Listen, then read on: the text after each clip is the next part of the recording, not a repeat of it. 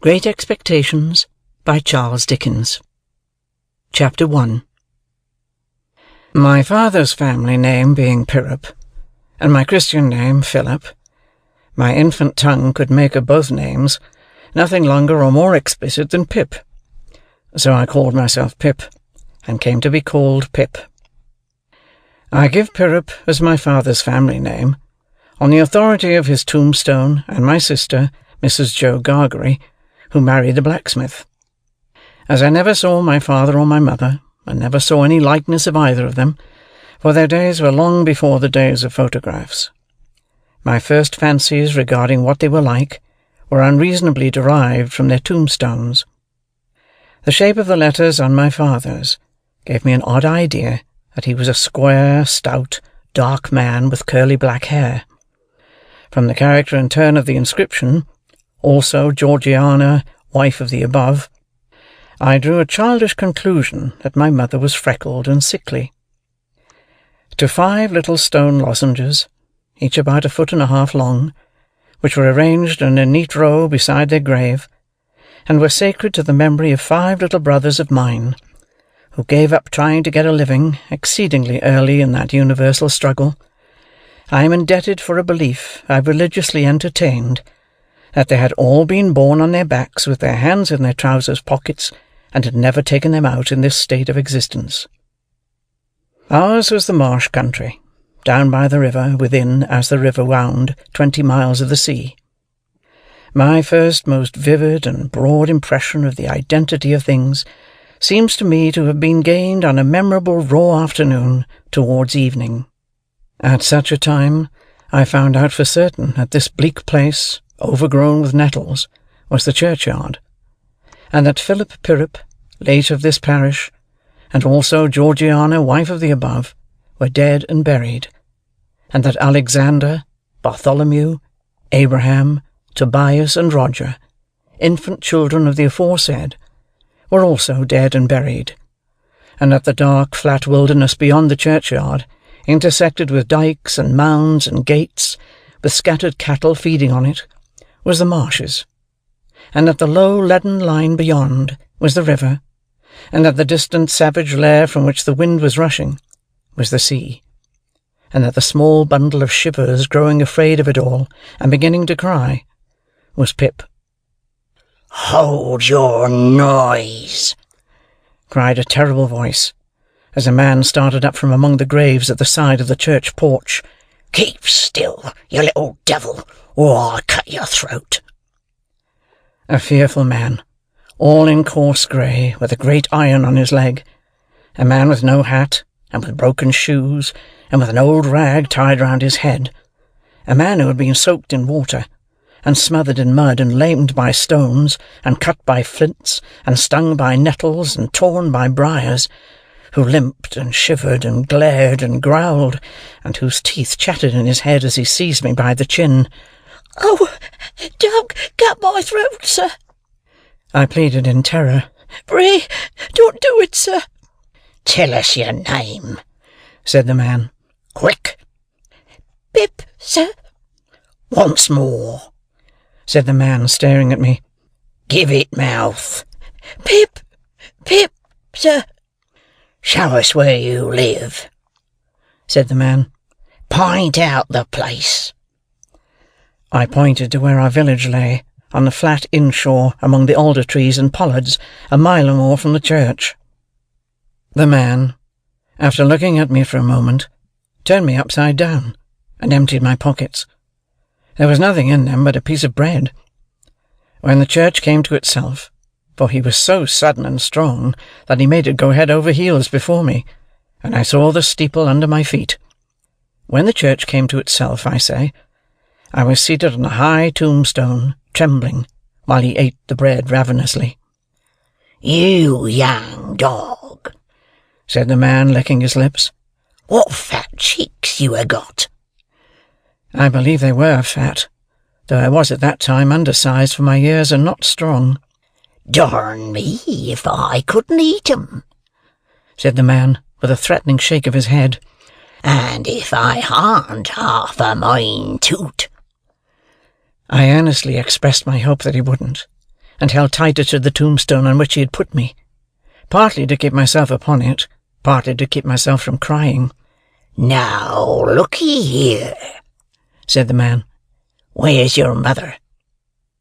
"There, sir," said I. He started, made a short run, and stopped and looked over his shoulder. "There, sir." I timidly explained. "Also, Georgiana. That's my mother." "Oh," said he, coming back. "And is that your father along of your mother?" "Yes, sir." said I. "Him too. Late of this parish." "Ah," he muttered, then considering.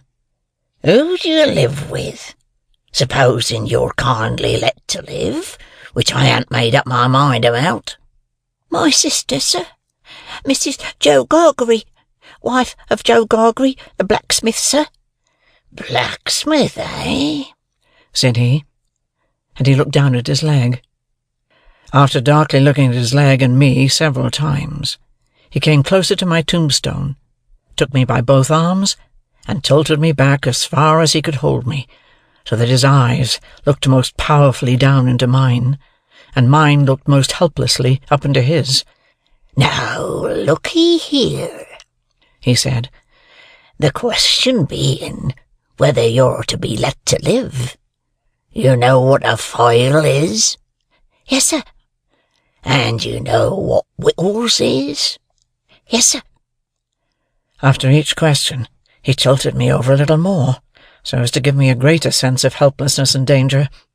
"You get me a file." He tilted me again. "And you get me whittles." He tilted me again. "You bring 'em both to me." He tilted me again. "Or I'll have your heart and liver out." He tilted me again. I was dreadfully frightened, and so giddy that I clung to him with both hands, and said, "If you will kindly please to let me keep upright, sir, perhaps I shouldn't be sick, and perhaps I could attend more." He gave me a most tremendous dip and roll, so that the church jumped over its own weathercock. Then he held me by the arms in an upright position on the top of the stone, and went on in these fearful terms. "You bring me, tomorrow morning early, that file and them whittles. You bring the lot to me at that old battery over yonder.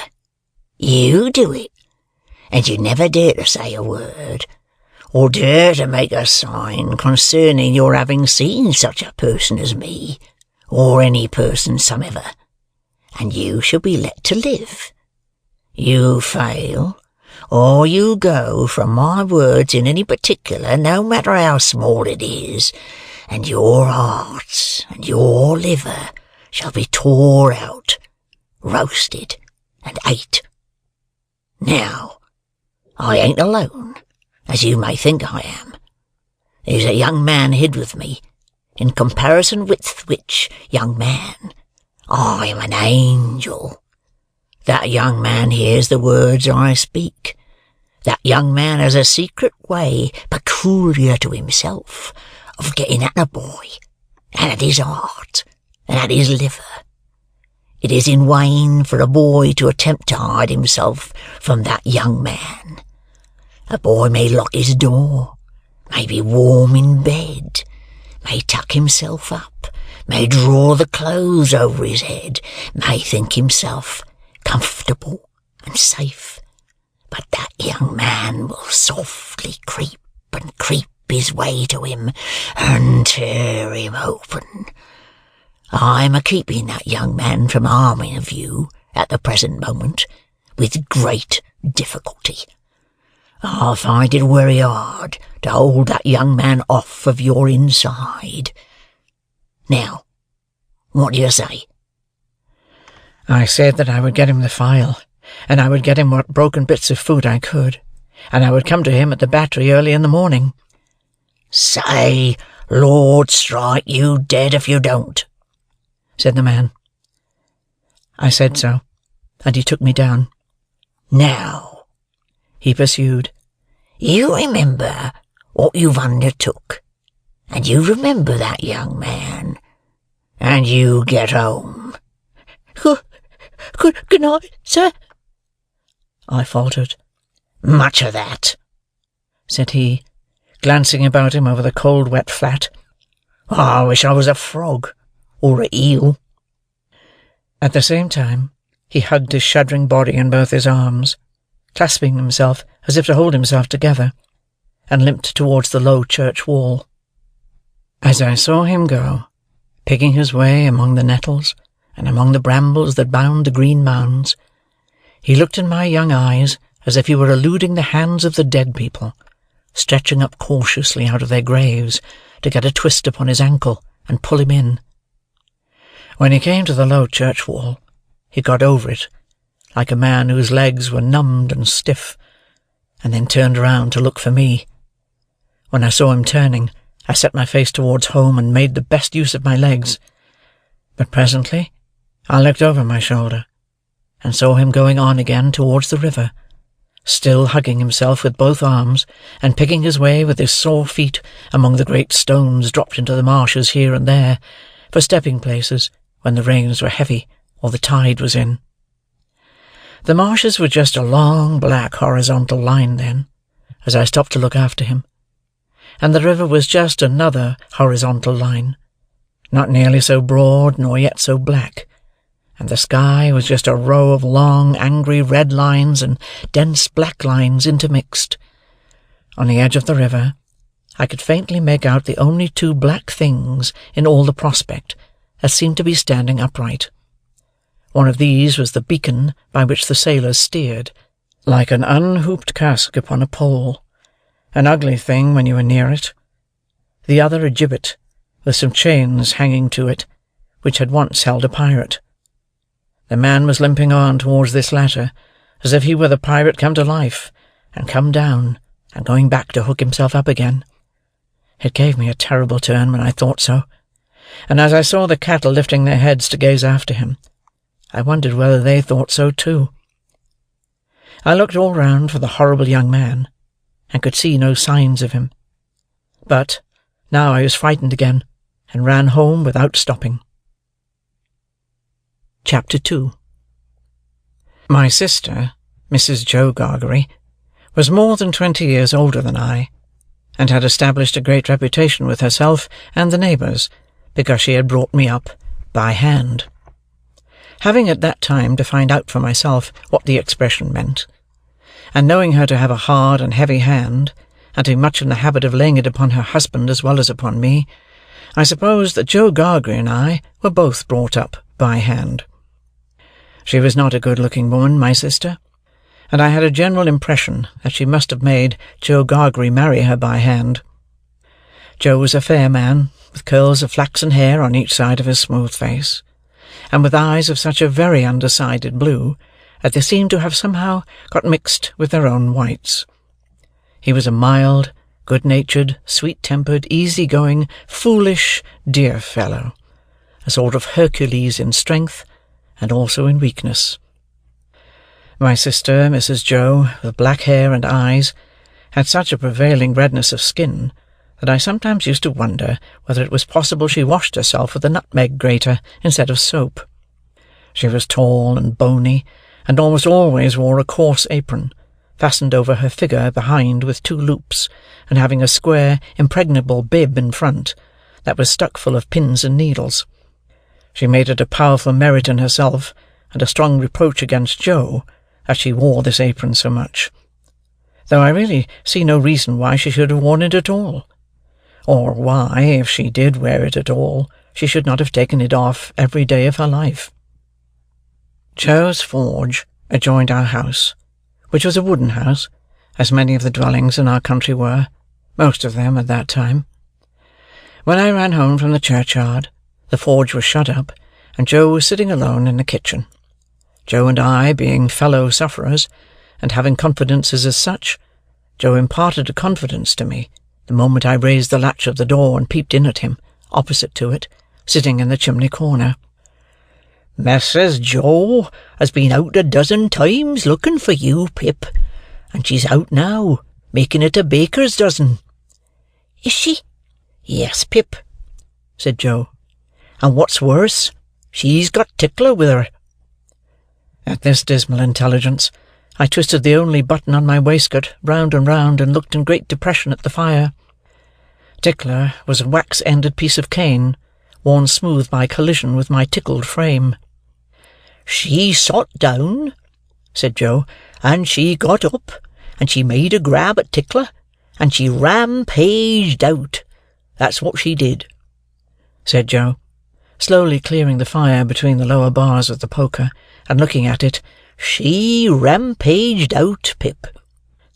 "Has she been gone long, Joe?" I always treated him as a larger species of child, and as no more than my equal.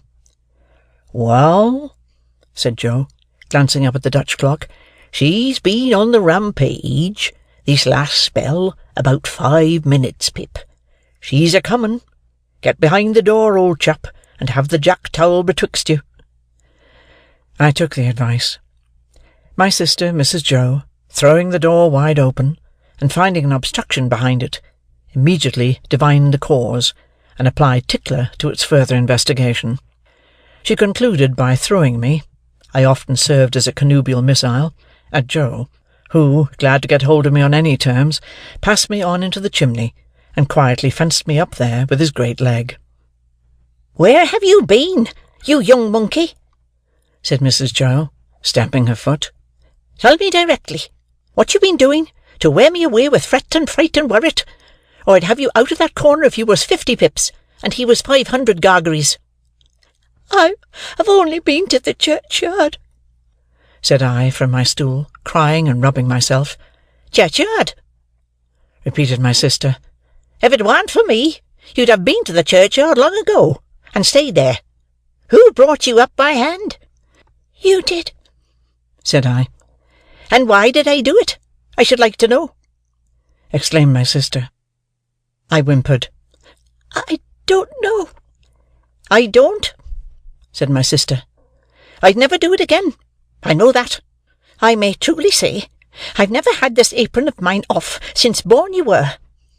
It's bad enough to be a blacksmith's wife, and him a gargery, without being your mother." My thoughts strayed from that question, as I looked disconsolately at the fire.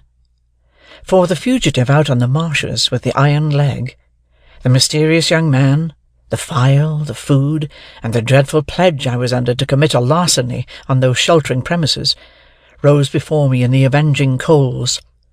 "Ha!" said Mrs. Joe, restoring Tickler to his station. "Churchyard, indeed. You may well say churchyard, you two." One of us, by the by, had not said it at all. "You'll drive me to the churchyard betwixt you, one of these days, and oh, a precious pair you'd be without me." As she applied herself to set the tea-things, Joe peeped down at me over his leg, as if he were mentally casting me and himself up, and calculating what kind of pair we practically should make under the grievous circumstances foreshadowed. After that, he sat feeling his right side, flaxen curls and whisker, and following Mrs. Joe about with his blue eyes, as his manner always was at squally times. My sister had a trenchant way of cutting our bread and butter for us that never varied. First, with her left hand, she jammed the loaf hard and fast against her bib, where it sometimes got a pin in it, and sometimes a needle, which we afterwards got into our mouths. Then she took some butter, not too much, on a knife, and spread it on the loaf, in an apothecary kind of way, as if she were making a plaster, using both sides of the knife with a slapping dexterity, and trimming and moulding the butter off around the crust. Then she gave the knife a final smart wipe on the edge of the plaster, and then sawed a very thick round off the loaf, which she finally, before separating from the loaf, hewed into 2 halves, of which Joe got one, and I the other. On the present occasion, though I was hungry, I dared not eat my slice. I felt that I must have something in reserve for my dreadful acquaintance and his ally, the still more dreadful young man. I knew Mrs. Joe's housekeeping to be of the strictest kind, and that my larcenous researches might find nothing available in the safe. Therefore I resolved to put my hunk of bread and butter down the leg of my trousers. The effort of resolution necessary to the achievement of this purpose I found to be quite awful. It was as if I had to make up my mind to leap from the top of a high house, or plunge into a great depth of water, and it was made the more difficult by the unconscious Joe. In our already mentioned Freemasonry as fellow-sufferers, and in his good-natured companionship with me, it was our evening habit to compare the way we bit through our slices, by silently holding them up to each other's admiration now and then, which stimulated us to new exertions. Tonight, Joe several times invited me, by the display of his fast-diminishing slice, to enter upon our usual friendly competition. But he found me each time with my yellow mug of tea on one knee, and my untouched bread and butter on the other. At last, I desperately considered that the thing I contemplated must be done, and that it had best be done in the least improbable manner consistent with the circumstances. I took advantage of a moment when Joe had just looked at me, and got my bread and butter down my leg. Joe was evidently made uncomfortable by what he supposed to be my loss of appetite, and took a thoughtful bite out of his slice, which he didn't seem to enjoy. He turned it about in his mouth much longer than usual, pondering over it a good deal, and after all gulped it down like a pill. He was about to take another bite, and had just got his head on one side for a good purchase on it, when his eye fell on me, and he saw that my bread and butter was gone. The wonder and consternation with which Joe stopped on the threshold of his bite and stared at me were too evident to escape my sister's observation. "What's the matter now?" she said smartly as she put down her cup. "I say, you know," muttered Joe, shaking his head at me in very serious remonstrance. "Pip, old chap, you'll do yourself a mischief. It'll stick somewhere. You can't have chawed it, Pip." "What's the matter now?" repeated my sister more sharply than before. "If you can cough any trifle on it up, Pip, I'd recommend you to do it," said Joe, all aghast. "Manners is manners, but still your health's your health." By this time my sister was quite desperate, so she pounced on Joe, and taking him by the two whiskers, knocked his head for a little while against the wall behind him, while I sat in the corner, looking guiltily on. "Now, perhaps you'll mention what's the matter," said my sister, out of breath. "You staring, great, stuck pig." Joe looked at her in a helpless way, then took a helpless bite, and looked at me again. "You know, Pip," said Joe solemnly, with his last bite in his cheek, and speaking in a confidential voice, as if we were quite alone, "you and me is always friends, and I'd be the last to tell upon you any time. But such a—" He moved his chair, and looked about the floor between us, and then again at me. "Such a most uncommon bolt is that. Been bolting his foot, has he?" cried my sister. "You know, old chap," said Joe, looking at me, and not at Mrs. Joe, with his bite still in his cheek, "I bolted myself when I was your age, frequent, and as a boy I've been among a many bolters, but I never see your bolting equal yet, Pip, and it's a mercy you ain't bolted dead." My sister made a dive at me, and fished me up by the hair, saying nothing more than the awful words, "You come along and be dozed." Some medical beast had revived tar-water in those days, as a fine medicine, and Mrs. Joe always kept a supply of it in the cupboard, having a belief in its virtues correspondent to its nastiness. At the best of times, so much of this elixir was administered to me as a choice restorative, that I was conscious of going about smelling like a new fence. On this particular evening, the urgency of my case demanded a pint of this mixture, which was poured down my throat, for my greater comfort, while Mrs. Joe held my head under her arm, as a boot would be held in a boot-jack. Joe got off with a half a pint, but was made to swallow that, much to his disturbance as he sat slowly munching and meditating before the fire, because he had a turn. Judging from myself, I should say he certainly had a turn afterwards, if he had had none before. Conscience is a dreadful thing, when it accuses man or boy. But when, in the case of a boy, that secret burden cooperates with another secret burden down the leg of his trousers, it is, as I can testify, a great punishment. The guilty knowledge that I was going to rob Mrs. Joe— I never thought I was going to rob Joe, for I never thought of any of the housekeeping property as his— united to the necessity of always keeping one hand on my bread and butter as I sat, or when I was ordered about the kitchen on any small errand, almost drove me out of my mind.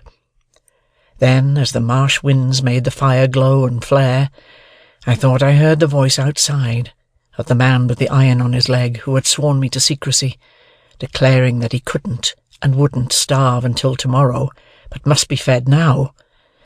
At other times I thought, what if the young man, who was with so much difficulty restrained from imbruing his hands in me, should yield to a constitutional impatience, or should mistake the time, and should think himself accredited to my heart and liver to-night, instead of tomorrow? If ever anybody's hair stood on end with terror, mine must have done so then, but perhaps nobody's ever did. It was Christmas Eve, and I had to stir the pudding for next day, with a copper stick, from 7 to 8 by the Dutch clock. I tried it with the load upon my leg, and that made me think afresh of the man with the load on his leg, and found the tendency of the exercise to bring the bread and butter out at my ankle quite unmanageable. Happily, I slipped away, and deposited that part of my conscience in my garret bedroom. "Hark!" said I, when I had done my stirring, and was taking a final warm in the chimney corner before being sent up to bed. "Was that great guns, Joe?" "Ah," said Joe, "there's another convict off." "What does that mean, Joe?" said I. Mrs. Joe, who always took explanations upon herself, said snappishly, "Escaped! Escaped!" administering the definition like tar water. While Mrs. Joe sat with her head bending over her needlework, I put my mouth into the forms of saying to Joe, "What's a convict?" Joe put his mouth into the forms of returning such a highly elaborate answer that I could make out nothing of it but the single word, "Pip." "There was a convict off last night," said Joe aloud, "after sunset gun, and they fired warning of him, and now it appears they're firing warning of another." "Who's firing?" said I. "Drat that boy!" interposed my sister, frowning at me over her work. "What a questioner he is! Ask no questions, and you'll be told no lies." It was not very polite to herself, I thought, to imply that I should be told lies by her, even if I did ask questions. But she never was polite, unless there was company. At this point Joe greatly augmented my curiosity by taking the utmost pains to open his mouth very wide, and to put it into the form of a word that looked to me like sulks. Therefore I naturally pointed to Mrs. Joe, and put my mouth into the form of saying, "her." But Joe wouldn't hear of that at all, and again opened his mouth very wide, and shook the form of a most emphatic word out of it, but I could make nothing of the word. "Mrs. Joe," said I, as a last resort, "I should like to know, if you wouldn't mind much, where the firing comes from?" "Lord bless the boy!" exclaimed my sister, as if she didn't quite mean that, but rather the contrary. "From the hulks." "Oh," said I, looking at Joe. "Hulks." Joe gave a reproachful cough, as much as to say, "Well, I told you so." "And please, what's hulks?" said I. "That's the way with this boy," exclaimed my sister, pointing me out with her needle and thread, and shaking her head at me. "Answer him one question, and he'll ask you a dozen directly. Hulks are prison ships, right across the meshes." We always use that name for marshes in our country. "I wonder who's put into prison ships, and why they're put there," said I, in a general way, and with quiet desperation. It was too much for Mrs. Joe, who immediately rose. "I tell you what, young fellow," said she, "I didn't bring you up by hand to badger people's lives out. It would be blame to me, and not praise, if I had. People are put in the hulks because they murder, and because they rob and forge, and do all sorts of bad, and they always begin by asking questions. Now, you get along to bed." I was never allowed a candle to light me to bed, and as I went upstairs in the dark, with my head tingling from Mrs. Joe's thimble having played the tambourine upon it, to accompany her last words, I felt fearfully sensible of the great convenience that the hulks were handy for me. I was clearly on my way there. I had begun by asking questions, and I was going to rob Mrs. Joe. Since that time, which is far enough away now, I've often thought that few people know what secrecy there is in the young under terror, no matter how unreasonable the terror, so that it be terror. I was in mortal terror of the young man who wanted my heart and liver. I was in mortal terror of my interlocutor, with the iron leg. I was in mortal terror of myself, from whom an awful promise had been extracted. I had no hope of deliverance through my all-powerful sister, who repulsed me at every turn. I am afraid to think of what I might have done, on requirement, in the secrecy of my terror. If I slept at all that night, it was only to imagine myself drifting down the river on a strong spring tide to the hulks, a ghostly pirate calling out to me through a speaking trumpet, as I passed the gibbet station, that I had better come ashore and be hanged there at once, and not put it off. I was afraid to sleep, even if I had been inclined, for I knew that at the first faint dawn of morning I must rob the pantry. There was no doing it in the night, for there was no getting a light by easy friction then. To have got one, I must have struck it out of flint and steel, and I made a noise like the very pirate himself rattling his chains. As soon as the great black velvet pall outside my little window was shot with grey, I got up and went downstairs, every board upon the way, and every crack in every board calling after me, "Stop thief!" and "Get up, Mrs. Joe!" In the pantry, which was far more abundantly supplied than usual, owing to the season, I was very much alarmed by a hare hanging up by its heels, whom I rather thought I caught when my back was half turned, winking. I had no time for verification, no time for selection, no time for anything, for I had no time to spare. I stole some bread, some rind of cheese, about half a jar of mincemeat, which I tied up in my pocket handkerchief with my last night's slice, some brandy from a stone bottle, which I decanted into a glass bottle I had secretly used for making that intoxicating fluid, Spanish licorice water, up in my room, diluting the stone bottle from a jug in the kitchen cupboard, a meat bone with very little on it, and a beautiful round compact pork pie. I was nearly going away without the pie, but I was tempted to mount upon a shelf, to look what it was that was put away so carefully in a covered earthenware dish in a corner, and I found it was the pie, and I took it, in the hope that it was not intended for early use, and would not be missed for some time. There was a door in the kitchen, communicating with the forge. I unlocked and unbolted that door, and got a file from among Joe's tools. Then I put the fastenings as I had found them, opened the door at which I had entered when I ran home last night, shut it, and ran for the misty marshes.